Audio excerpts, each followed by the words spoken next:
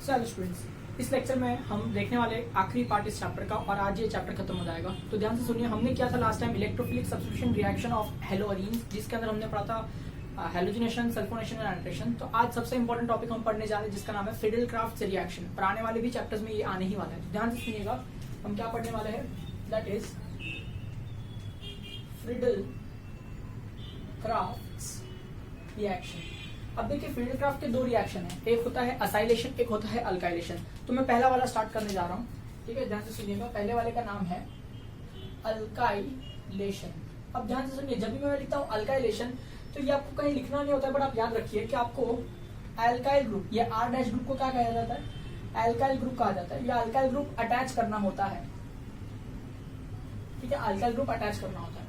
तो रिएक्शन बहुत ध्यान से देखिए, हम किस पर कर रहे थे, हेलोअरीन पर। तो देखिए, हेलोअरीन कुछ इस तरह से दिखाई देता है कि हेलोजन होगा एरोमेटिक रिंग के ऊपर, ठीक है। इसी का नाम होता है हेलोअरीन, ठीक है। और यहाँ पर बेंजीन रिंग है एरोमेटिक रिंग में, इसलिए मैं इसे कहूंगा हेलो बेंजीन, ठीक है। या फिर आप इसे कॉमन नेम में भी कह सकते हैं, दैट इज फिनाइल हैलाइड, इस तरह से, सही है। अभी देखिए, अगर हम करना चाह रहे हैं अल्काइलेशन, तो इसमें अल्काइल ग्रुप लाना है, तो वो कहाँ से आएगा, वो आएगा अल्काइल हैलाइड से, R bonded to X, alkyl halide से, ठीक है। अब ये रिएक्शन होगा, फ्रीडल-क्राफ्ट का रिएजेंट यूज होगा यहाँ पर। तो ध्यान से सुनिएगा, फ्रीडल-क्राफ्ट रिएक्शन में होता है फ्रीडल-क्राफ्ट रिएजेंट।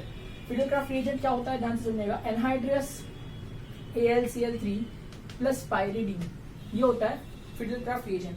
तो यहाँ पर भी हम ऐड करेंगे anhydrous AlCl3 in presence of pyridine, और इसको करेंगे हीट। तो बड़ा सिंपल सा चीज है ये। देखिए, ये जो है वो इलेक्ट्रॉन डोनेटिंग ग्रुप है, इसलिए रिएक्शन ऑर्थो और पैरा पे होता है। तो ऑर्थो और पैरा से H जो होता है वो X के साथ चले जाएगा। तो देखिए, अगर आपको ऑर्थो प्रोडक्ट चाहिए तो X यहीं रहेगा, ऑर्थो से H निकल गया, उसकी जगह पे ये R आ जाएगा, यानी अल्काइल ग्रुप आ जाएगा। तो addition of alkyl group is also called as alkylation, इसलिए इस रिएक्शन का नाम अल्काइलेशन कहा गया है। और फ्रीडल-क्राफ्ट का रिएजेंट यूज किया है, इसलिए इसको फ्रीडल-क्राफ्ट अल्काइलेशन ऐसा कहा गया, ठीक है। तो यहाँ से क्या निकल गया होगा, H और X, सही है। सिमिलरली इसी के साथ में आपको एक पैरा प्रोडक्ट भी मिलेगा, क्योंकि आप तो जानते हैं ये ऑर्थो और पैरा पर रिएक्शन होने वाला है, तो पैरा प्रोडक्ट भी इस तरह से कुछ मिलेगा। अब सीधी सी बात है कि पैरा प्रोडक्ट ज्यादा स्टेबल होगा, ज्यादा मेजर प्रोडक्ट बनेगा, और ये जो है वो माइनर प्रोडक्ट बनेगा, ऑलराइट। तो रिएक्शन बड़ा ही सिंपल था, हमने ऑलरेडी किया है। साइड प्रोडक्ट इज HX, अगर ये बनेगा तो भी HX ही निकलने वाला है, वो तो हमको पता ही है, ठीक है। इसी को कहा जाता है फ्रीडल-क्राफ्ट अल्काइलेशन। अगर आपसे कोई पूछे कि डिफाइन फ्रीडल-क्राफ्ट अल्काइलेशन या write a note on Friedel Crafts alkylation, तो आप क्या कहेंगे, in Friedel Crafts alkylation reaction haloarene is treated with alkyl halide in presence of anhydrous AlCl3 and pyridine, ठीक है। और आपको ये प्रोडक्ट्स बता देने हैं। तो ये जनरल रिएक्शन मैंने कंप्लीट करवा दिया, ठीक है। अब अगर आपसे कोई पूछे कि एनहाइड्रस AlCl3 का काम क्या है, तो आप कहेंगे ये एक इलेक्ट्रोफिलिक सब्स्टिट्यूशन रिएक्शन है जिसमें इलेक्ट्रोफाइल जनरेट करना जरूरी होता है, इसलिए हम लुईस एसिड डालते हैं एनहाइड्रस AlCl3 जो इलेक्ट्रोफाइल जनरेट करने में हेल्प करता है। तो anhydrous AlCl3 is nothing but electrophile generating agent, ठीक है। कोई आपसे पूछे पाइरिडीन क्यों यूज किया है, तो आप देख ही सकते हैं कि साइड प्रोडक्ट में एसिड बन रहा है, ठीक है, और पाइरिडीन जो होता है वो एक बेस होता है। तो एक्सेस ऑफ एसिड जो बनेगा प्रोडक्ट में, उसको न्यूट्रलाइज करने के लिए हम पाइरिडीन यूज करते हैं, ठीक है। तो उम्मीद करता हूँ सारे क्वेश्चंस में यहाँ पर आंसर कर रहा हूँ, जो भी पॉसिबल क्वेश्चंस पूछे जा सकते हैं। तो इसी के ऊपर कुछ एग्जांपल्स देख लेते हैं, ठीक है।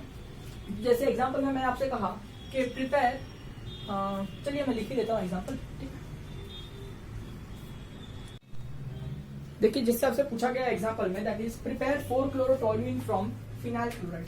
तो देखिए, फिनाइल क्लोराइड का स्ट्रक्चर कैसा होता है, बेंजीन रिंग और उस पर होगा क्लोरीन। तो ये होता है फिनाइल क्लोराइड, इसको IUPAC नेम में ऐसा बोल सकता है कि ये है क्लोरो बेंजीन, सही है। और इससे क्या प्रिपेयर करना है, 4-chlorotoluene। तो देखिए, टॉलुइन क्या होता है कि बेंजीन रिंग का ऊपर CH3 ग्रुप होगा, ठीक है, ये टॉलुइन है, और 1 2 3 4 देखेंगे तो यहाँ पर आना चाहिए क्लोरीन। अभी इससे ये मॉलिक्यूल बनाना है। तो देखिए, आपके पास बेंजीन रिंग है, क्लोरीन है, बेंजीन रिंग है, क्लोरीन है। तो आपको चाहिए क्या, ये मिथाइल ग्रुप चाहिए। अगर आपको अल्काइल ग्रुप चाहिए तो आपको करना पड़ेगा अल्काइलेशन, और यहाँ पर हेलोअरीन दिया हुआ है तो आपको करना पड़ेगा फ्रीडल-क्राफ्ट अल्काइलेशन, ठीक है। तो फ्रीडल-क्राफ्ट में मिथाइल ग्रुप चाहिए तो मिथाइल ग्रुप लिखिए, उसके साथ में कोई भी हेलोजन ले लीजिए, मान लीजिए मैं क्लोरीन लेता हूँ, इसका रिएक्शन करेंगे obviously in the presence of anhydrous AlCl3, क्योंकि फ्रीडल-क्राफ्ट रिएजेंट है, हीट करेंगे इन प्रेजेंस ऑफ पाइरिडीन। तो हो क्या जाएगा, तो यहाँ पर 4th पोजीशन से जो हाइड्रोजन है वो क्लोरीन के साथ निकल करके यहाँ पर HCl बना रहा होगा, जो कि एक एसिड है which will be later on neutralised by pyridine. और एनहाइड्रस AlCl3 यहाँ पर इलेक्ट्रोफाइल जनरेटिंग एजेंट का काम करता है, जिसके वजह से मिथाइल इलेक्ट्रोफाइल जनरेट होता है, और यहाँ पर ऑर्थो पे भी रिएक्शन मिलेगा, पैरा पे भी। पर आपको बोला है कि आपको पैरा प्रोडक्ट ही बनाना है, तो वही बनाएंगे ना। पर इसका मतलब ये नहीं कि ऑर्थो नहीं बनेगा, ऑर्थो बनेगा, बट हम यहाँ शो नहीं कर रहे because it is not required. Anyway, this is going to be the major product and it is going to be the most stable one, alright. जैसे अगला क्वेश्चन देखिए क्या कहा गया है, action of bromobenzene on sec propyl bromide in presence of anhydrous AlCl3 and pyridine. तो देखिए bromobenzene लिख लेता हूँ, ये बेंजीन है और इसके लिए रहा ब्रोमो। ठीक है, तो चलो ब्रोमोबेंजीन IUPAC नेम दिया है तो आप कॉमन नेम बता सकते हैं मुझे। करेक्ट, कॉमन नेम में से कहा जाएगा फिनाइल ब्रोमाइड। जी हाँ, क्या कहा, फिनाइल ब्रोमाइड। और इसका एक्शन किस पे करना है, सेक प्रोपाइल ब्रोमाइड पे। तो देखिए प्रोप यानी 3 कार्बन, सेक यानी सेकेंडरी कार्बन पर होगा ब्रोमीन कुछ इस तरह से। तो ये कॉमन नेम दिया है तो let me right IUPAC name, that is 2 bromo propane. सही बात। चलो इसका प्रेजेंस किसका कहा है, AlCl3, आपको पता होना चाहिए एनहाइड्रस होना चाहिए, और पाइरीडीन और हीट करते हैं। तो देखिए क्या होगा, यहाँ पर फिडलक्राफ्ट रिएक्शन होगा।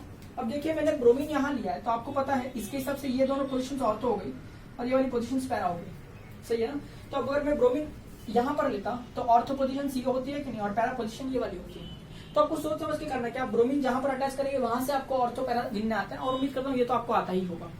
तो चलिए यहाँ पर देखिए ऑर्थो प्रोडक्ट भी मिलेगा, पैरा प्रोडक्ट भी मिलेगा। यहाँ पर कुछ मेंशन नहीं किया तो हमें दोनों ही प्रोडक्ट बताना चाहिए। तो चलिए पहले ऑर्थो प्रोडक्ट बनाते हैं। कि देखिए अगर मैं ब्रोमीन यहाँ लेता हूँ तो इस हिसाब से ऑर्थो प्रोडक्ट या तो यहाँ मिलेगा या तो यहाँ, मैं किसी भी एक साइड बताऊंगा। चलो यहाँ बताता हूँ कि ये अल्काइल ग्रुप जनरेट होगा ना, इसका जो ब्रोमीन है ऑर्थो वाले H के साथ जाके HBr बना रहा होगा साइड प्रोडक्ट में, और यहाँ से ये बीच वाला कार्बन कनेक्ट होगा CH। तो जो कनेक्ट होगा वो लिखना चाहिए CH, और उसके पास ऑलरेडी 2 CH3 ग्रुप है कुछ इस तरह से। सही बात। और अभी पैरा प्रोडक्ट भी बना के देख लेते हैं। तो देखिए अगर मैं ले रहा हूँ ब्रोमीन यहाँ पर तो उसके हिसाब से पैरा प्रोडक्ट इस तरफ बनना चाहिए, दैट इज CH3। यहाँ पर आएगा CH3 और यहाँ पर आएगा CH इस तरह से। तो ये दोनों प्रोडक्ट्स बन रहे हैं। तो अगर मैं इसका नाम लिखना चाहूँ तो ये क्या हो जाएगा बताइए, ये हो जाएगा 1 ब्रोमो 2 पर सेक प्रोपाइल बेंजीन। ये हो जाएगा 1 ब्रोमो 4 पे सेक प्रोपाइल बेंजीन। इस तरह से लिखा जा सकता है। ठीक है, आप इसका नाम लिख के कंप्लीट कर लीजिए, और ये रिएक्शन उम्मीद करता हूँ आपको समझ ही गया होगा। ठीक है, तो फिडलक्राफ्ट अल्काइलेशन रिएक्शन में आपको समझा चुका हूँ कि किस तरह से अल्काइल ग्रुप को इंट्रोड्यूस किया जाता है, क्या रिएजेंट्स होते हैं, रिएजेंट्स के क्या यूज है, उनके क्या इफेक्ट है, लाइक दैट। ठीक है, तो उम्मीद करता हूँ इसके जैसे और भी अगर एग्जांपल्स मैंने आपको होमवर्क में दिया आज तो आप उसको आसानी से सॉल्व कर रहे होंगे। तो चलिए अब आगे बढ़ते हैं फिडलक्राफ्ट दूसरे reaction that is acylation reaction की तरफ। अब ये रिएक्शन भी बहुत ही इंपॉर्टेंट है। तो चलिए जरा मैं लिखता हूँ। देखिए वैसे तो ये रिएक्शन आपने 11th में भी किए थे, पर आपने हेलोअरीन पे नहीं किए थे, सिर्फ बेंजीन पे किए थे, है ना। और यहाँ पर हम कहाँ कर रहे हैं, हेलोअरीन। ठीक है, तो चलिए फिडलक्राफ्ट का ही दूसरा रिएक्शन हम देखते हैं, दैट इज असाइलेशन रिएक्शन। ठीक है, अब असाइलेशन रिएक्शन में याद रखिए, ये देखिए C double bond O, R C double bond O, ये ग्रुप जो होता है इसे कहते हैं असाइल ग्रुप। तो असाइल ग्रुप को क्या करना होता है बेटा, अटैच करना होता है। तो ही तो उसे क्या कहेंगे, असाइलेशन रिएक्शन कहेंगे या नहीं। ठीक है, तो चलिए रिएक्शन बड़ा सिंपल है, किस पर करने वाले, हेलोअरीन पर। तो बेंजीन लेंगे, उस पर X लेंगे। ये क्या होता है, हेलो बेंजीन, पर कॉमन नेम में लिखना चाहो तो क्या हो जाएगा, फिनाइल हैलाइड। ठीक, इस पर क्या ऐड कर रहे होंगे, अब ये ग्रुप आपको चाहिए ना, तो देखिए आप ऐड करेंगे RC double bond O with X। ठीक है, तो ये जो है ग्रुप, इसका नाम क्या है, ये है असाइल हैलाइड। ये एक फंक्शनल ग्रुप है जो आपको पता है, ये है असाइल हैलाइड। तो आपको जब भी असाइलेशन करना होगा तो आप यूज कीजिएगा असाइल हैलाइड, जब भी आपको अल्काइलेशन यूज करना होगा तो आप यूज कीजिएगा अल्काइल हैलाइड। ठीक है, अब देखिए इसका एक ऑल्टरनेटिव भी है कि सपोज अगर आपको असाइल हैलाइड नहीं यूज करना है तो आप क्या यूज कर सकते हैं, तो उसका ऑल्टरनेटिव मैं आपको बता देता हूँ। ठीक है, आपको दोनों ही याद रहना चाहिए क्योंकि क्वेश्चन में क्या पूछेगा वो हमको पता नहीं। ठीक है, तो देखिए आप ये भी यूज कर सकते हैं, RC double bond O C double bond O R। आप जानते हैं ये क्या है, इसे कहते हैं एसिड एनहाइड्राइड। क्या कहते हैं इसे, एसिड एनहाइड्राइड। ये भी एक फंक्शनल ग्रुप है। तो देखिए actually this is going to act as a source of acyl group, and even this compound can act as a source of acyl group. Yes और no? If here carbon X bond breaks, then you will get this acyl group, and here carbon oxygen bond will break, you will get acyl group. So both of them are acylating agent which are going to give you acyl groups. ठीक है, तो it doesn't matter whether you use this or use this, you will get the same result. ठीक है, but anyway you must remember both of them because questionnaire में क्या पूछेंगे वो तो उन पे डिपेंड करता है। तो चलिए मैं आपको बताता हूँ उसका रिएक्शन। अगर ये फिडलक्राफ्ट का रिएक्शन है तो आपको तो रिएजेंट याद होना चाहिए, that is anhydrous AlCl3 pyridine and heated. तो चलो अगर सपोज ये मॉलिक्यूल मैंने यूज किया होता तो क्या होता, यहाँ पर ऑर्थो और पैरा से हाइड्रोजन निकल जाता because X is ortho para directing group. तो सपोज ऑर्थो प्रोडक्ट कैसा मिलता, बेंजीन रिंग है यहाँ पर X है, तो इस हिसाब से ऑर्थो पोजीशन यहाँ मानता हूँ। यहाँ से निकला हुआ H इस X के साथ जाके HX बना रहा होगा कि नहीं, सही है। और ये जो C है वो अब कार्बन से कनेक्ट होगा, यानी कुछ इस तरह से दिखाई देगा। ठीक है, और ऐसे ही सेम आपको पैरा प्रोडक्ट भी मिल रहा होगा, X यहाँ पर और यहाँ पर C double bond O R। तो इस तरह से ऑर्थो प्रोडक्ट्स मिलते हैं। ठीक है सर, जब आप ये यूज करते हैं तो आपका साइड प्रोडक्ट HX बनता है, सही है। पर सपोज अगर मैं ये यूज करता हूँ तो साइड प्रोडक्ट क्या बनेगा? देखिए यहाँ से भी ये वाला ग्रुप तो अटैच हो ही जाएगा ना। देखिए ये वाला ग्रुप जो है ये तो यहाँ से अटैच हो ही रहा है बेटा, ठीक है। पर यहाँ साइड प्रोडक्ट क्या बनेगा? The remaining one. यहाँ से जो H निकलेगा ना बेंजीन से, वो H इस ऑक्सीजन के साथ जाएगा। तो देखिए क्या बनेगा? R(C)O पर आएगा H। तो देखिए एसिड बन रहा है। क्या बन रहा है? Carboxylic acid. तो ध्यान से सुनिएगा, अगर आप एसाइल हैलाइड यूज करते हैं तो साइड प्रोडक्ट HX मिलता है, और अगर आप एसिड एनहाइड्राइड यूज करेंगे तो साइड प्रोडक्ट कार्बोक्सिलिक एसिड मिलेगा। दोनों ही में से कोई भी यूज करिए, हमको साइड प्रोडक्ट से लेना देना नहीं है, हमको मेन प्रोडक्ट से लेना देना है। दोनों ही रिएजेंट से आपका मेन प्रोडक्ट तो सेम ही बनेगा। ठीक है, तो उम्मीद करता हूँ सिर्फ साइड प्रोडक्ट का फर्क है, तो ये तो आप चीजें समझ ही रहे होंगे। ठीक है, चलिए इस पे एक दो एग्जांपल्स कर लेते हैं। ठीक है, जैसे मैं आपको उम्मीद करता हूँ ये लिखा ही होगा, तो मैं वाइप कर रहा हूँ। ठीक है, चलिए एग्जाम्पल मैं लिख लेता हूँ यहाँ पर। अभी ध्यान से सुनिएगा एग्जाम्पल। सपोज नंबर 1 लिखता हूँ। ठीक है, action of acetyl chloride, action of acetyl chloride on bromo benzene. चलिए करते हैं। ब्रोमो बेंजीन यानी बेंजीन होगा, उसके ऊपर ब्रोमीन होगा, तो इसका नाम ब्रोमो बेंजीन आरकेसी में लिखा हुआ है। तो let me write common name, that is phenyl bromide. Alright, चलिए action of acetyl chloride. What is acetyl chloride? Acid यानी 2 कार्बन। ठीक है, ये हो गए 2 कार्बन। क्लोराइड यानी यहाँ पर होगा Cl, एसिटाइल क्लोराइड। चलिए इसका कॉमन नेम मैं लिखता हूँ जो कि आपको ऑलरेडी दिया है, दैट इज एसिटाइल क्लोराइड। और इसका अगर मैं IUPAC नेम लिखूं तो वो हो जाएगा 2 कार्बन इसलिए ईथ, सिंगल बॉन्ड इसलिए N। ये ग्रुप को हम लोग ऑयल बोलते हैं, तो ये हो जाएगा इथेन ऑयल, और क्लोरीन है तो हम लिखेंगे क्लोराइड। ठीक, फिडेलक्राफ्ट का रिएजेंट बता दीजिए। एनहाइड्रस AlCl3 पायरिडीन, और हीट कर दीजिए। तो यहाँ से ऑर्थो प्लस HCl को लेकर के साइड प्रोडक्ट में HCl बना देगा, which will be later on neutralized by pyridine because pyridine is a base and excess of HCl will be neutralized by pyridine. अब ऑर्थो और पैरा प्रोडक्ट्स बनाते हैं, तो देखिए 2 प्रोडक्ट्स बनेंगे, ब्रोमीन होगा, ब्रोमीन होगा।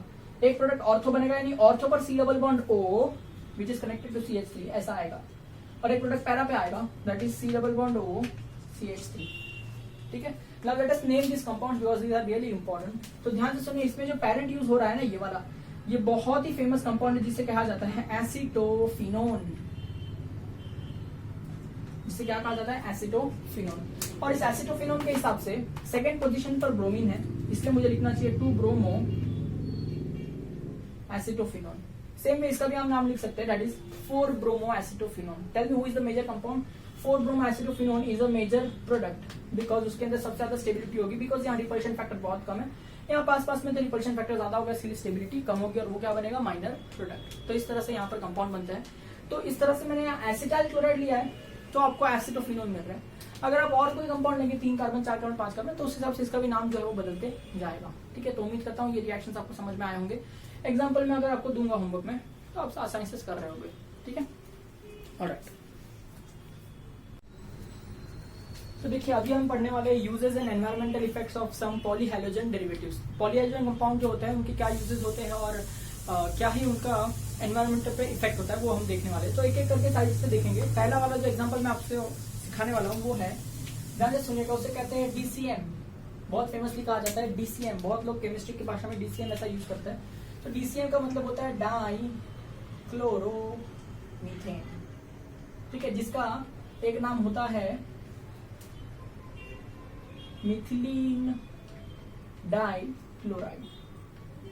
ठीक है, अब स्ट्रक्चर बड़ा सिंपल है इसका। अब देख सकते हैं मिथ यानी एक ही कार्बन होगा, ठीक है, डाइक्लोरो यानी इस पर क्लोरीन क्लोरीन, तो यहाँ पर क्या होगा? हाइड्रोजन ही होगा, H2।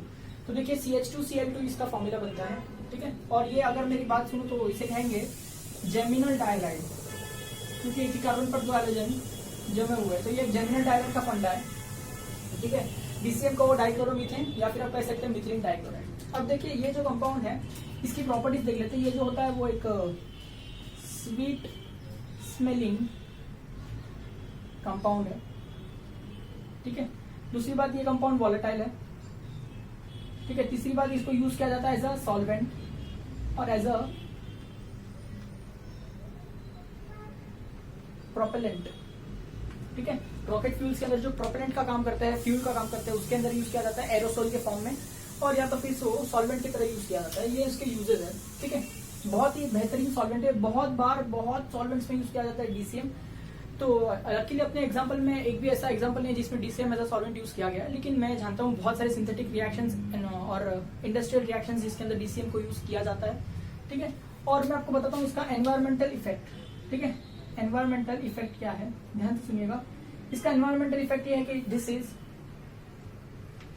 हार्मफुल, ठीक है। हम लोग के लिए, ह्यूमन बॉडी के लिए बहुत ज्यादा हार्मफुल है। कैसे हार्मफुल है? अगर आप इसके कांटेक्ट में आ गए, ठीक है, आपने इनहेल कर लिया या फिर आपके माउथ में चले जाता है, एनीवे अगर आपकी बॉडी में जाता है तो आपको क्या होगा? फैटी, ठीक है। आपको हो सकता है डिजीनेस, ठीक है। आपको हो सकता है नॉजिया, ठीक है, या फिर आपको वॉमिटिंग, हेडेक, ये सारी चीजें होंगी आपको, ठीक है। इन शॉर्ट आपका हेल्थ खराब हो सकता है। दूसरी बात, इसका एक बहुत ही हार्मफुल इफेक्ट है, that is if it comes in contact of eyes, ठीक है, इट विल डिस्ट्रॉय कॉर्निया, ठीक है। आपके आंखों के अंदर जो ब्लैक ब्लैक है ना कॉर्निया, वो डिस्ट्रॉय कर सकता है ये केमिकल, तो आंखों के कांटेक्ट में बिल्कुल भी नहीं आना चाहिए। इसलिए जब भी हम ऐसे सॉल्वेंट यूज करते हैं, we always use laboratory goggles for that, ठीक है। इनफैक्ट ये यूज करने के समय मास्क वगैरह सब यूज करना पड़ता है, और ऐसे नॉर्मल मास्क नहीं लगते हैं इसको, ठीक है। बड़े बड़े मास्क यूज होते हैं जो केमिस्ट्री के लैब में एक्चुअली यूज किए जाते हैं, ठीक है। जिसकी वजह से क्या होगा, अगर आपके सांस में चले जाता है तो see this is going to act as a neurochemical inhibitor. Now what is neurochemical inhibitor? That is it will interact with your neurons, ठीक है। न्यूरोकेमिकल्स के साथ इंटरेक्ट करेगा और आपके ब्रेन के और आपके बॉडी के बीच में जो न्यूरल कनेक्शन है उसको डिस्टर्ब करता है ये, जिसकी वजह से आपको फैटिक होगा, हेडेक होगा, नॉजिया होगा, वॉमिटिंग होगी, ठीक है। ये सारी चीजें होगी। तो जितना हो सकता है इन केमिकल से दूरी रहो, और यूज कर रहे हो तो बहुत ज्यादा प्रिकॉशन के साथ यूज कीजिए। तो ये पहला कंपाउंड मैंने कंप्लीट किया यहाँ पे, ठीक है। चलिए बढ़ते हैं दूसरे कंपाउंड की तरफ। देखिए अगला जो पढ़ने वाले वो है क्लोरोफॉर्म। क्लोरोफॉर्म बड़ा इंटरेस्टिंग चीज है, मैं सिखाऊंगा आपको थोड़ा थोड़ा। तो देखिए क्लोरोफॉर्म होता है CHCl3, इसी तरह से ब्रोमोफॉर्म भी होता है, आइडोफॉर्म भी होता है, एक्सेट्रा। वो इतने सारे नहीं पढ़ने, जो आपके बुक में डिस्कस किया वही पढ़ रहे हैं, दैट इज क्लोरोफॉर्म। तो इसके पहले यूजेस देख लेते हैं। ये होता है कलरलेस लिक्विड, इसकी स्वीट स्मेल होती है, ठीक है। Number 2, solvent it is used as a solvent in extraction of gums, resins etcetera, ठीक है। जब आप गम्स या रेजिन्स या फिर किसी पॉलीमर का एक्सट्रैक्शन करते हैं मिक्सचर ऑफ मॉलिक्यूल्स में से, तो जनरली क्लोरोफॉर्म ऐसे सॉल्वेंट यूज किया जाता है, ठीक है। It is also use to prepare chlorofluorocarbon. Now what is chlorofluorocarbon? इसको हम लोग प्यार से CFCs भी कहते हैं, ठीक है। तो ये R22 नाम का एक रेफ्रिजरेंट है। रेफ्रिजरेंट क्या होता है? It is used in refrigerators to for that cooling effect. तो ये जो प्रिपेयर करता है CFCs, वो भी हम लोग क्लोरोफॉर्म की मदद से प्रिपेयर कर सकते हैं, ठीक है। दूसरी, ये तो उसके यूज हो गए। इसका इफेक्ट देख लेते हैं क्या है। इफेक्ट क्या है कि ये हार्मफुल होता है, ठीक है। If it is inhaled it will cause central nervous system depression. अगर आपने इसको बहुत ज्यादा इनहेल कर लिया तो आपका सेंट्रल नर्वस सिस्टम डिप्रेस हो जाएगा, जिसकी वजह से न्यूरल कनेक्शंस कम हो जाएंगे, जिसकी वजह से आपको बेहोशी का असर आता है, या फिर आप बेहोश हो जाएंगे। और बहुत ही ज्यादा अगर आपने क्वांटिटी में इनहेल किया है उसको, ठीक है, जैसे मूवीज में बताते हैं आपके मुंह पे ऐसा रख देते हैं क्लोरोफॉर्म का कपड़ा, तो इसकी वजह से आप बेहोश हो जाएंगे। और excessive quantity can even cause death, ठीक है। तो ध्यान रखना चाहिए ये सब चीजों का, है ना। अगर आप किडनैपर है तो ये मत यूज करो, कम से कम कुछ और कंपाउंड यूज करो, ठीक है, करना मत कभी। Alright, central nervous system depress हो जाएगा, जिसके अगर लो क्वांटिटी में होगा तो आपको हेडेक, फैटीग, एक्सपोजर। अगर लॉन्ग टर्म होगा, जैसे अगर कोई आदमी है जो केमिकल लेबोरेटरीज में काम कर रहा है और डे टू डे लाइफ में every day he has to smell some amount of chloroform, क्योंकि अगर वो काम कर रहे हैं और सॉल्वेंट की तरह यूज कर रहे हैं, सपोज मास्क प्रॉपर नहीं है या due to any other reason, if he is working constantly in the contact of chloroform, तो ऑन लॉन्ग एक्सपोजर 5-6 साल तक के एक्सपोजर के बाद में उसके लीवर पे बहुत बहुत ज्यादा इफेक्ट करता है, ठीक है। और लीवर ऑलमोस्ट खराब हो जाएगा, ठीक है। तो ये लीवर डैमेज करता है, ये बात आपको ध्यान रखनी चाहिए। दूसरी बात, it is stored in dark coloured bottles. मैं यहाँ भूल गया लिखना, it is stored in dark coloured air tight bottles, ठीक है। अब ध्यान से सुनिए, इसको डार्क कलर बॉटल में क्यों रखते हैं? क्योंकि अगर आप सुनेंगे कि क्लोरोफॉर्म का रिएक्शन एयर और सनलाइट की वजह से क्या होता है, तो आपको पता चलेगा कि डार्क कलर बॉटल में क्यों रखते हैं। देखिए क्लोरोफॉर्म होता है CHCl3। अगर इसमें कभी भी ऑक्सीजन आ गया एयर के थ्रू, या फिर अगर आपने इसमें सनलाइट डाल दिया, ठीक है, तो इसकी वजह से क्या होगा, क्लोरोफॉर्म अपना स्ट्रक्चर चेंज कर लेगा और अपने आप को किस कंपाउंड में कन्वर्ट कर देगा, C डबल बॉन्ड और ClCl। इसको कहते हैं डाइक्लोरो कार्बोनिल, क्या कहते हैं, डाइक्लोरोकार्बन है। और प्यार से इसका नाम रखा गया है फॉस्जीन। क्या रखा गया है, फॉस्जीन। ठीक है, उम्मीद करता हूं आपको बोर्ड पे दिख रहा हो ये फॉस्जीन। ठीक है, अब ये जो फॉस्जीन होता है ये एक पॉइजनस कंपाउंड है। ठीक है, ये कंपाउंड कैसा है, पॉइजनस है। तो देखिए अगर आप इसको डार्क कलर बॉटल्स में रखेंगे तो सनलाइट इस पे डायरेक्टली अफेक्ट नहीं करेगा, इसलिए ये फॉस्जीन का प्रिपरेशन कम हो जाएगा या ना के बराबर होगा। ठीक है, या फिर अगर आप इसको ओपन एयर में रखेंगे तो फटाफट अपने आपको किस में कन्वर्ट कर लेगा, डाइक्लोरोकार्बन, दैट इज फॉस्जीन। तो ये क्या होता है, अपने आप को डिकम्पोज करता है इन प्रेजेंस ऑफ सनलाइट और इन प्रेजेंस ऑफ ऑक्सीजन। ठीक है, तो ध्यान रखिएगा इसको हवा में खुला नहीं छोड़ने का और कोई भी बॉटल में भर के नहीं रखने का। स्पेशली ब्लैक कलर का या एम्बर कलर का बॉटल होता है उसमें ही स्टोर करके रखा जाता है, डार्क प्लेस में और कूल प्लेस में। ठीक है, तो उम्मीद करता हूँ ये पॉइंट आपको समझ में आएगा। ठीक है, तो अगर आपसे कोई पूछे कि क्यों क्लोरोफॉर्म को डार्क बॉटल्स में रखा जाता है तो आप उसको ये रीजन बता सकते हैं। ठीक है, और तो और एक चीज ऐसी बताना चाहता हूँ जो आपको टेक्स्ट बुक में नहीं है। देखिए बेटा, ये जो क्लोरोफॉर्म है ये डॉक्टर्स भी यूज करते थे बहुत सालों पहले। ठीक है, वो आपको जब भी सर्जरी परफॉर्म करना होता है या फिर आपको किसी वजह से बेहोश करना पड़ता है, अनकॉन्शियस करना पड़ता है, तो वो लोग क्या करते थे, वो आपको क्लोरोफॉर्म इंजेक्ट करते थे ब्लड स्ट्रीम में, जिसकी वजह से आप क्या हो सकते थे, बेहोश, और उसके बाद में आपकी सर्जरी परफॉर्म की जाती थी। लेकिन अभी उनको क्या पता चला कि बेटा हम जो है सांस लेते हैं, अब हमारे ब्लड स्ट्रीम के अंदर ऑक्सीजन होता ही है। ठीक है, और साथ ही अगर आपने क्लोरोफॉर्म इंजेक्ट कर लिया तो यहाँ से क्या होगा कि वो फॉस्जीन बना लेगा अपने आप को, और इस वक्त आपके ब्लड स्ट्रीम में क्लोरोफॉर्म अपना काम कर रहा है लेकिन सम अमाउंट ऑफ फॉस्जीन भी बनता है। ठीक है, तो बहुत लॉन्ग एक्सपोजर होने की वजह से या फिर हेवी डोजेज होने की वजह से आपके बॉडी में फॉस्जीन बहुत ज्यादा क्रिएट हो जाएगा, जिसकी वजह से आपके जो ऑर्गन्स है उस पर इफेक्ट पड़ेगा। आपका लीवर खराब हो सकता है, किडनी खराब हो सकती है। ठीक है, गैस्ट्रोइंटेस्टाइनल ग्लैंड्स खराब हो सकता है। तो ये सारी चीजों की वजह से ना क्लोरोफॉर्म का use as an anaesthetic agent या फिर एज एनेस्थीसिया बंद कर दिया गया है। आजकल डॉक्टर्स क्लोरोफॉर्म एज एनेस्थीसिया नहीं यूज करते, दे यूज डाईइथाइल ईथर नाउअडेज, पर उसके भी अपने अपने साइड इफेक्ट है। तो ऐसा कोई भी एनेस्थीसिया आज तक तो नहीं बना है जो आप जो डॉक्टर्स यूज करेंगे उसका साइड इफेक्ट आपके बॉडी पे नहीं होगा जरूर, हाँ, लेकिन हम ऐसा यूज करेंगे जिसका इफेक्ट मिनिमम हो। ठीक है, तो आगे आने वाले चैप्टर्स में मैं वो भी चीजें थोड़ी थोड़ी डिस्कस करूंगा। तो उम्मीद करता हूँ कि क्लोरोफॉर्म के बारे में आपको इन्फॉर्मेशन समझ में आई होगी। चलिए बढ़ते हैं नेक्स्ट कंपाउंड की तरफ। देखिए नेक्स्ट नंबर 3 में मैं पढ़ाऊंगा आपको CCl4। CCl4 को कहते हैं कार्बन टेट्राक्लोराइड या फिर टेट्राक्लोरोकार्बन। अब ये जो कंपाउंड होता है CCl4, ठीक है, हमने देखा था कि मीथेन का हेलोजिनेशन करने के लास्ट प्रोडक्ट CCl4 बन रहा होता है। ठीक, अब CCl4 का यूज देख लेते हैं कि वो होता है solvent to extract fats, oils and resins. Fats अगर एक्सट्रैक्ट करना है, ऑयल्स एक्सट्रैक्ट करना है या रेजिन्स एक्सट्रैक्ट करना है तो इसको सॉल्वेंट की तरह यूज किया जाता है। दूसरा, ये कलरलेस होता है, स्वीट होता है, और तो और it acts as a source of chlorine. किसी भी रिएक्शन में अगर आपको क्लोरीन मॉलिक्यूल्स चाहिए होते हैं तो आप CCl4 डालेंगे तो it will act as a source of chlorine. ठीक है, ऑलराइट। और साथ ही साथ इसका यूज किया जाता है इन क्लेंजिंग एजेंट्स। बहुत सारे क्लेंजिंग एजेंट्स जो होते हैं उनके अंदर CCl4 का कॉन्सेंट्रेशन होता है थोड़ा बहुत, जिसकी वजह से क्या होता है, क्लोरीन रिलीज होता है। क्लोरीन एक टाइप का क्लेंजिंग एजेंट में काम आता है। जैसे अगर मैं आपको बात करूं bleaching powder, it's a cleansing agent which is nothing but going to give you chlorine on later reactions. ठीक है, लाइक दैट। अब स्विमिंग पूल में भी क्लोरीन इसलिए डालते हैं क्योंकि वो जर्मीसाइड का काम करता है। ठीक है, लाइक दैट। एनीवे आगे बढ़ते हैं। तो आप कभी भी क्लोरीन चाहिए तो ऐसा नहीं होता कि स्विमिंग पूल में मैंने CCl4 डाल दिया, ऐसा नहीं होता है। ठीक है, CCl4 क्लोरीन देता है और क्लेंजिंग एजेंट का काम करता है। इसका मतलब it is not fit for using it in swimming pools. Swimming pool में हम लोग क्लोरीन ऐड करते हैं, वो क्लोरीन ही होता है डायरेक्टली। ठीक है, we do not use CCl4। ठीक है, क्योंकि इसका भी कुछ एक्सेसिबल लिमिट होता है ना। ठीक है, लाइक दैट। हाँ, इसका डैमेजेस देख लेते हैं CCl4 के। तो देखिए it is harmful if inhaled, causes CNS depression, headache and fatigue. ठीक है, ये तो हो गई। हाई कॉन्सेंट्रेशन में आपको CNS डिप्रेशन बहुत ज्यादा हो जाएगा। ठीक है, दूसरी बात ये है कि ये लीवर को डैमेज करता है। ठीक है, और तो और it is suspected to be carcinogen. Carcinogen यानी ऐसा कंपाउंड विच कॉजेज कैंसर। तो ध्यान से सुनिएगा, it is expected to be carcinogen and it causes death. ठीक है, दूसरा, it is a greenhouse gas. अभी देखिए आपने प्रीवियस स्टैंडर्ड्स में EVS में बचपन में बहुत पढ़ा होगा कि ग्रीन हाउस गैस क्या होता है, ग्रीन हाउस इफेक्ट क्या होता है, ग्लोबल वार्मिंग और ग्रीन हाउस इफेक्ट कैसे रिलेटेड होते हैं, ग्रीन हाउस गैसेस का क्या रोल होता है ग्लोबल वार्मिंग में। ये सारी चीजें आपको पता ही है, तो मुझे ज्यादा डिस्कस करने की जरूरत नहीं है। तो याद रखिए ग्रीन हाउस गैस के अंदर CCl4 का भी नाम आता है। ठीक है, चलिए मूव करते हैं अगले कंपाउंड की तरफ।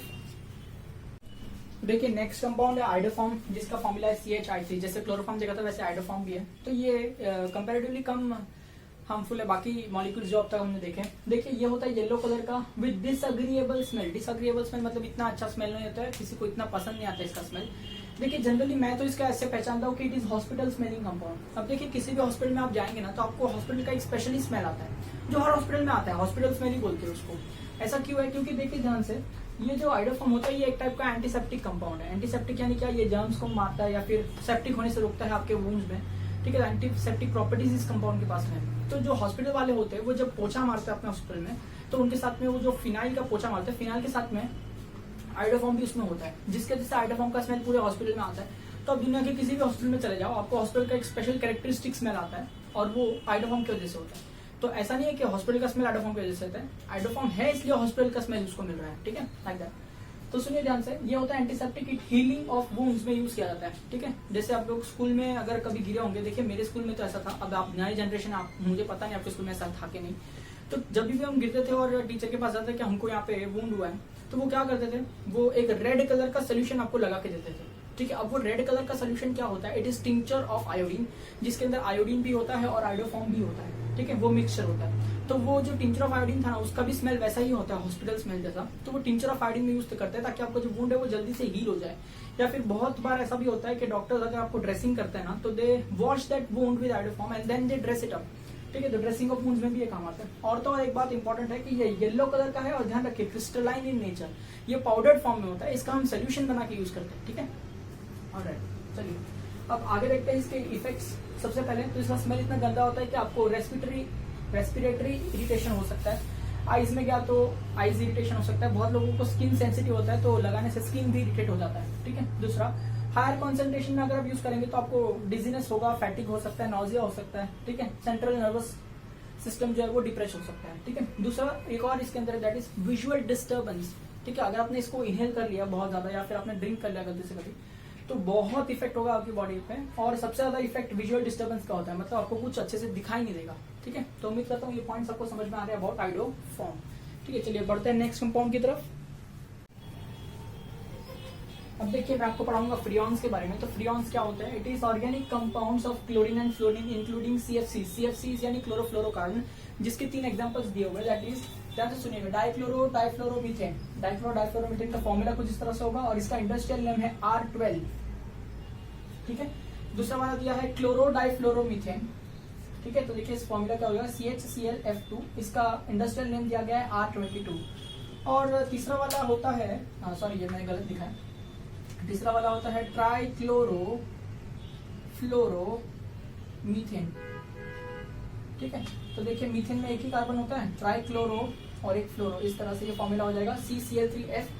और ये क्या हो जाएगा बताइए, R11 इसका इंडस्ट्रियल नेम रखा गया है। तो ये तीनों के तीनों जो है ये एक टाइप के क्या है, ध्यान से सुनिए, इसे हम कहते हैं रेफ्रिजरेंट। ये कहाँ यूज होता है, फ्रिज में यूज होता है, एसीज में यूज होता है, ठीक है। फ्रिज और एसी में कूलिंग इफेक्ट लाने के लिए इस रेफ्रिजरेंट्स को यूज किया जाता है। और तो और इसको कहाँ यूज किया जाता है, ये सभी कंपाउंड्स को यानी फ्रियॉन्स को और कहाँ यूज किया जाता है, ध्यान से सुनिए, इसको यूज किया जाता है एज अ प्रोपेलेंट, ठीक है, इन एरोसोल्स में यूज किया जाता है। दूसरा, blowing agents in formation of foam, ठीक है। फोम अगर आपको बनाना होगा, जैसे गद्दा होता है ना, गद्दा फोम, ठीक है, वो बनाने के लिए ब्लोइंग एजेंट के अंदर इसको यूज किया जाता है, फ्रियॉन को प्रोपेलेंट की तरह यूज किया जाता है, ठीक है। रेफ्रिजरेंट के अंदर तो होता ही है। ये सारे इतने आपको नाम याद रखना है, और ये एक्सेट्रा, इसका फॉर्मूला, और R12, R11, R22 क्या होता है याद रखना होता है, ठीक है। अब यहाँ पे इसका हम लोग इफेक्ट देख लेते हैं क्या क्या है, फ्रियॉन्स का इफेक्ट क्या है। सबसे पहला तो ध्यान से सुनिए, फ्रियॉन कॉजेस ब्रीदिंग प्रॉब्लम्स, ठीक है, इससे आपको ब्रीदिंग प्रॉब्लम होगी। दूसरा, जो फ्रियॉन है ये ओजोन लेयर डिप्लीशन के लिए रिस्पॉन्सिबल है, ठीक है। ओजोन लेयर जो है एटमॉस्फेयर का, वो खराब हो गया, किसके वजह से, ये फ्रियॉन्स की वजह से खराब हो रहा है, ठीक है। इसलिए हम ऐसा कहते हैं कि एसीज और फ्रिज जो होता है, जिनके अंदर CFCs रिलीज होने का जो वैल्यू बहुत ज्यादा होगा ना, तो वो ओजोन लेयर के लिए, एनवायरमेंट के लिए हार्मफुल होता है, बिकॉज उससे ओजोन लेयर डिप्लीट होता है।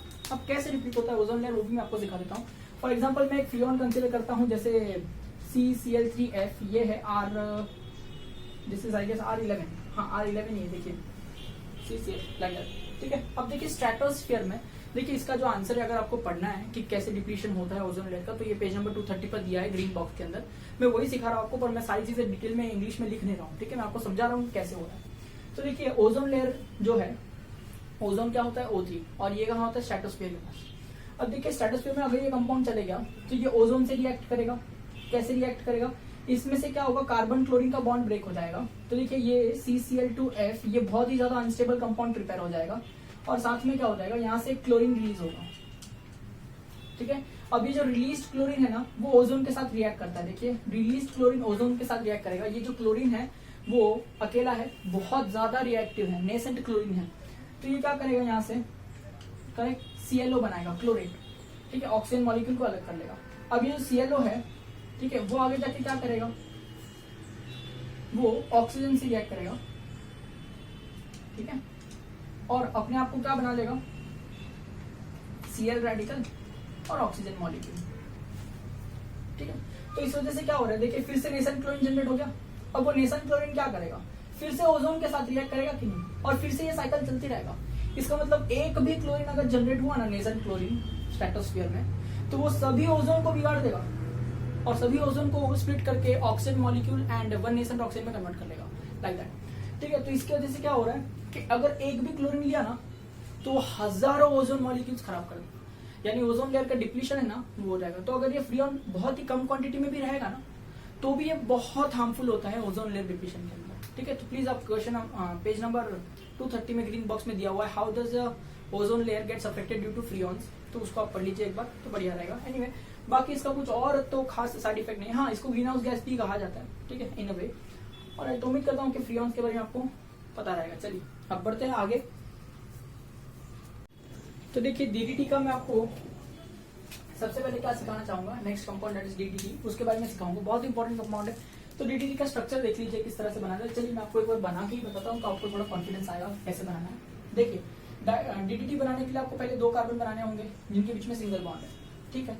अब इस कार्बन पर क्या करना है, एक बेंजीन रिंग को ड्रॉ कर लीजिए इस तरह से, एक और बेंजीन रिंग को ड्रॉ कर लीजिए इस तरह से, ठीक है। अब इसके पैरा पोजीशन पर क्लोरीन आएगा, इसके भी पैरा पोजीशन पर क्या आएगा, क्लोरीन। अब यहाँ एक बॉन्ड बाकी है तो यहाँ पर आएगा एक हाइड्रोजन, यहाँ पर देखिए 3 बॉन्ड बाकी है और तीनों बॉन्ड क्लोरीन से बने हुए होंगे। तो this is the structure of DDT, ठीक है। तो उम्मीद करता हूँ आप ध्यान रखेंगे डीडीटी का स्ट्रक्चर। अब डीडीटी का फुल फॉर्म अगर मैं लिखता हूँ तो इसका नाम होता है डाइक्लोरो डाइफिनाइल ट्राइक्लोरो इथेन, ठीक है। उम्मीद करता हूँ ये पेन मेरा कलर थोड़ा लाइट हो गया तो दिख रहा होगा, डाइक्लोरो डाइफिनाइल ट्राइक्लोरो इथेन। देखिए आप ईथ मतलब इथेन दिखाई दे रहा है, ठीक है, डाइक्लोरो, ठीक है, डाइफिनाइल समझ में आया, डाइक्लोरो डाइफिनाइल ट्राइक्लोरो और इथेन, इस तरह से इसका स्ट्रक्चर है, ये उसका नाम है, इसलिए इसका नाम रखा गया है D.D.T, ठीक है। तो उम्मीद करता हूँ ये पॉइंट आपको समझ में आएगा डीडीटी का स्ट्रक्चर क्या है। अब देख लेते हैं इसका यूजेस क्या है, ध्यान से सुनिएगा। डीडीटी एक बहुत बहुत अच्छा इंसेक्टिसाइड है। इंसेक्टिसाइड यानी क्या, ये जो इंसेक्ट्स है उनको किल करता है। कौन से इंसेक्ट्स को किल करता है, mosquitoes, house flies, body ticks etcetera, ये सभी को वो किल कर देता है, ठीक है। दूसरा, it is use to control malaria and typhus. जब मलेरिया और टाइफस का थोड़ा सा दिखाई दे रहा था हमारे देश में, तभी हम लोग ने डीडीटी का यूज अलाउ किया था। हमको पता था ये मॉस्किटोज वगैरह मारने में काम आता है, बट इसका यूज अलाउ हमने तब किया था जब ये दोनों का बहुत केसेस बढ़ रहा था इंडिया में, ठीक है। ऑलराइट, दूसरा, अगर आपने इनहेल कर लिया या इसको अब्जॉर्ब कर लिया आपके बॉडी में तो वॉमिटिंग होगा, शेकीनेस होगा, ट्रेमर्स आएंगे आपको बॉडी में, ठीक है। ऑलराइट, दूसरा, it has adverse effects on liver and reproduction, ठीक है। रिप्रोडक्शन सिस्टम और लीवर पे बहुत ज्यादा एडवर्स इफेक्ट देखा गया है। On animal testing, human body पे टेस्ट करके नहीं देखा गया है, पर एनिमल टेस्टिंग में ऐसा मिल रहा है, तो इसका मतलब ह्यूमंस में भी इसका सेम ही इफेक्ट देखने को मिलेगा, ठीक है। दूसरा, dissolve in oils and fat is readily absorbed in skin. अगर इसी कंपाउंड को ऑयल और फैट में डिजॉल्व कर लिया तो आपके स्किन पे लगा लेंगे तो वो बहुत ही अच्छे से स्किन में डिजॉल्व हो जाएगा, पर वो बहुत हार्मफुल होने वाला है आपके बॉडी के लिए, ठीक है। दूसरा, it is resistant to metabolism, ठीक है। आपके बॉडी के मेटाबॉलिज्म को ये केमिकल रेजिस्टेंट है, इसका मतलब मेटाबॉलिक प्रोसेस जो है वो बहुत खराब हो जाएगा। और ऐसा नहीं है कि इसको खा लिया तो हमारे मेटाबॉलिक प्रोसेस की वजह से ये बॉडी से एक्सक्रीट हो जाएगा या बॉडी से निकल जाएगा या न्यूट्रल हो जाएगा, ठीक है। तो इसका इफेक्ट ऐसा नहीं है, उल्टा आपका सिस्टम खराब हो जाएगा ये कंपाउंड की वजह से, ठीक है। और तो और ध्यान से सुनिए, जो डीडीटी होता है ये क्या होता है, ध्यान से सुनिए, ये कलरलेस क्रिस्टलाइन, ठीक है। ध्यान से सुनिए, क्या होता है, कलरलेस होता है और क्रिस्टलाइन कंपाउंड होता है, ठीक है। चलिए आगे बढ़ते हैं। इट इज बैंड, ठीक है, इसका यूज आजकल बैन कर दिया गया है, ठीक है। क्यों बैन कर दिया गया, इसके रीजंस बहुत है। सबसे पहले इसका बहुत एडवर्स इफेक्ट होता है ह्यूमन बॉडी पे। दूसरी बात, एनवायरमेंट के लिए भी बहुत ज्यादा हार्मफुल है। कैसे, क्योंकि अगर इसको हम लोग कहीं स्प्रे करते हैं तो ये सॉइल में चले जाता है, बहुत आसानी से अब्जॉर्ब हो जाता है सॉइल के अंदर, और ये पॉल्यूटेंट की तरह पड़े रहता है उसके अंदर, ठीक है, और उसकी जो फर्टिलिटी होती है सॉइल की उसको खराब करता है। यानी इकोसिस्टम के अंदर ये एक्यूमुलेट होते ही जाएगा, होते ही जाएगा, होते ही जाएगा, अपने आप को कभी डिकम्पोज करने वाला नहीं है। तो जैसे प्लास्टिक एक पॉल्यूटेंट हो जाता है एक्यूमुलेशन की वजह से, उसी तरह से डीडीटी भी एक पॉल्यूटेंट की तरह ही काम करेगा एक्यूमुलेट हो के इकोसिस्टम में। इसलिए इसका एडवर्स इफेक्ट था, इसलिए बैन कर दिया गया। पर सर ये तो जरूरी था ना मलेरिया और टाइफस को कंट्रोल करने के लिए। अब देखिए बच्चा, ये क्या हो रहा था कि हम लोग इतने साल से मलेरिया और टाइफस को कंट्रोल करने के लिए ये स्प्रे करते गए, तो जो मॉस्किटोज है, mosquitoes their body has now become immune to DDT. इसका मतलब उनके बॉडी में ऐसे एंटीबॉडीज बन गई है कि डीडीटी का उनके ऊपर कोई असर ही नहीं होता है आजकल। तो आजकल के जो मच्छर है, अगर आप उस पर डीडीटी मारोगे ना तो उसको इतना ज्यादा फर्क नहीं पड़ेगा, ठीक है। तो यहाँ पर क्या हो रहा है कि डीडीटी हम लोग ने स्टार्टिंग में यूज किया, सब मच्छर मरने लग गए, पर धीरे धीरे मच्छर जो है ना वो म्यूटेट हो गए, वो थोड़े से क्या हो गए, रेजिस्टेंट हो गए इसको। तो आजकल हम डीडीटी इतना ज्यादा यूज नहीं करते, क्योंकि सबसे पहले इसके बहुत एडवर्स इफेक्ट है, ठीक है। और दूसरी बात, आजकल अगर ये मच्छर इससे मर ही नहीं रहे तो फायदा क्या है यूज करके। तो इससे अच्छा इसको कर दिया गया है बैन। तो ध्यान रखिए, DDT is banned for use, alright. आगे सुनिए, it is organic pollutant absorbed in soil and accumulates in the ecosystem, ठीक है। ये सारी चीजें आपको ध्यान रखनी है। अगर इसके ऊपर आपको और भी इन्फॉर्मेशन चाहिए कि बैन कैसे हुआ था, कौन सी ईयर में हुआ था, क्या क्या हुआ था, तो पेज नंबर 230 पे ग्रीन बॉक्स में दिया हुआ है, ठीक है। तो उम्मीद करता हूँ कि ये लेक्चर आपको समझ में आया होगा, जिसमें मैंने सारे यूजेस भी कवर किए हैं। तो उम्मीद करता हूँ यहाँ तक आपको सारे फंडे क्लियर होंगे, और यहीं पे हमने सारे कंपाउंड्स का यूजेस भी कंप्लीट कर लिया है, alright. So students, at last today we complete this chapter completely, ठीक है। तो मैंने सारे रिएक्शन, सारे मेथड ऑफ प्रिपरेशन, जितने हो सकते थे उतने नोमेनक्लेचर्स, जितने हो सकते थे उतने यूजेस, एक्स्ट्रा इन्फॉर्मेशन वगैरह सारे इस चैप्टर में क्लोज करने की कोशिश की है, ठीक है। आगे आने वाले चैप्टर्स में इन्हीं का सबका नॉलेज हमको लगने वाला है। तो उम्मीद करता हूँ कि आप ये चैप्टर को बहुत बहुत बहुत स्ट्रांग बनाएंगे, और आप क्या करेंगे, टेक्स्ट बुक के पीछे का जो एक्सरसाइज है उसको पूरी तरह से सॉल्व करेंगे। मुझे ऐसी उम्मीद है कि अगर आपने सिंसियरली स्टडी किया ही होगा मेरे सारे लेक्चर्स को, तो वो जो टेक्स्ट बुक के पीछे का एक्सरसाइज है वो दुनिया का सबसे इजी चीज लगने वाला है आपको, ठीक है। तो वो आप सॉल्व करके रखिए। हाँ, उसके अंदर अगर आपको कोई डाउट आता है या कोई प्रॉब्लम आती है तो मैं तो हुई उसको सॉल्व करके बताने के लिए। तो उम्मीद करता हूँ कि आप अच्छे से उसको सॉल्व करेंगे, सारे डाउट्स मुझे बताएंगे, ताकि मैं भी समझ सकूँ कि आप कितना पढ़ रहे हैं, कितना समझ पा रहे हैं, ठीक है। और अगर आपको ऐसा लगता है कि मुझे कुछ इंप्रूवमेंट चाहिए इस लेक्चर्स के अंदर, तो ठीक है, वो आप सजेस्ट कर सकते हैं। I will try to make it as reasonable as it is, ठीक है। तो उम्मीद करता हूँ यहाँ तक सारी चीजें क्लियर रही होंगी। अब नेक्स्ट लेक्चर शुरू करेंगे अपना नया चैप्टर, जिसका नाम है अल्कोहल, फिनॉल्स एंड ईथर्स। पर मैं चाहता हूँ कि पहले आप ये चैप्टर को अच्छे से लर्न करें, इसके क्वेश्चन आंसर्स आप सॉल्व करें, फिर ही हम उस चैप्टर के अंदर ज्यादा अच्छे से समझ पाएंगे, ठीक है। Anyway we are starting with the next lecture already, ठीक है। पर अभी आप क्या करिएगा, आप सॉल्व करें, और जो भी क्वेश्चन नहीं आते पहले आप मुझे भेजिए, तो मैं आपको बताऊंगा क्या है। और अगर आपको ऐसा लगता है कोई गिव रीजन दिया गया है या डिस्क्रिप्टिव आंसर है जिसका पैराग्राफ लिखना पड़ता है, जैसे कि why electrophilic substitution reactions are difficult in aromatic halides, why nucleophilic substitutions are difficult in aromatic halides, ऐसे डिस्क्रिप्टिव क्वेश्चंस जो होते हैं, ये सब क्वेश्चंस आप क्या करिए, टारगेट के अंदर यही सब क्वेश्चंस बहुत अच्छे से पॉइंट वाइज लिख के दिए होंगे, आप वहां से लर्न कर सकते हैं। मैंने पॉइंट्स कवर किए, पर मैंने लिखा के नहीं दिया पॉइंट वाइज, ठीक है। तो आप वहां से कर सकते हैं। उम्मीद करता हूँ आप नोट्स बना ही रहे होंगे, तो मुझे कुछ कहने की जरूरत ही नहीं पड़ेगी, right. Alright, that's all for today's lecture, correct.